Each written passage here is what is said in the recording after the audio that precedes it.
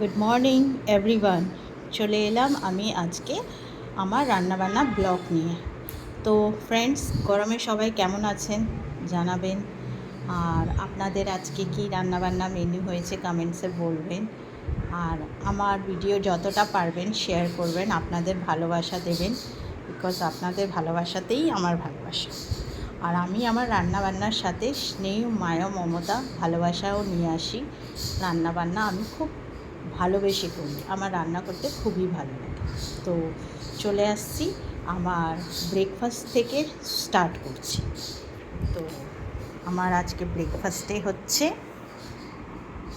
রুটি, ঘি দিয়ে রুটি, ডিমের অমলেট।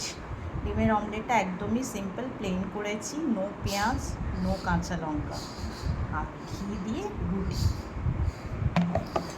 আর লাঞ্চে হচ্ছে আমার আজকে লাঞ্চে মেনুতে হচ্ছে ভাত, বিউলি ডাল, একটু আমের চাটনি নিয়েছি, আর এদিকে গন্ধরাজ লেবু আছে। এদিকে আমার পুঁই শাকের চচ্চড়ি, ইলিশ মাছের মাথা দিয়ে পুঁই শাকের চচ্চড়ি। আর এইতে হচ্ছে সয়াবিন আলু কষা, যেটাকে বলে হাড় ছাড়ার মাংস। আর রাতের মেনুতে হচ্ছে পুঁই শাক দিয়ে ইলিশ মাছ দিয়ে চচ্চড়ি, এটা রাতে হবে। আর এইখানে আমি ইলিশ মাছের ভাপার প্রিপারেশন করে রেখেছি, যেটা আমি রাতে করব, ভাপাবো রাতে।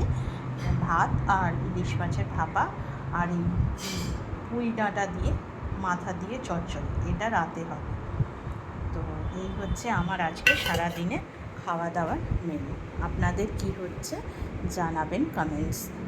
থ্যাংক ইউ এভরিওয়ান, ভালো থাকবেন।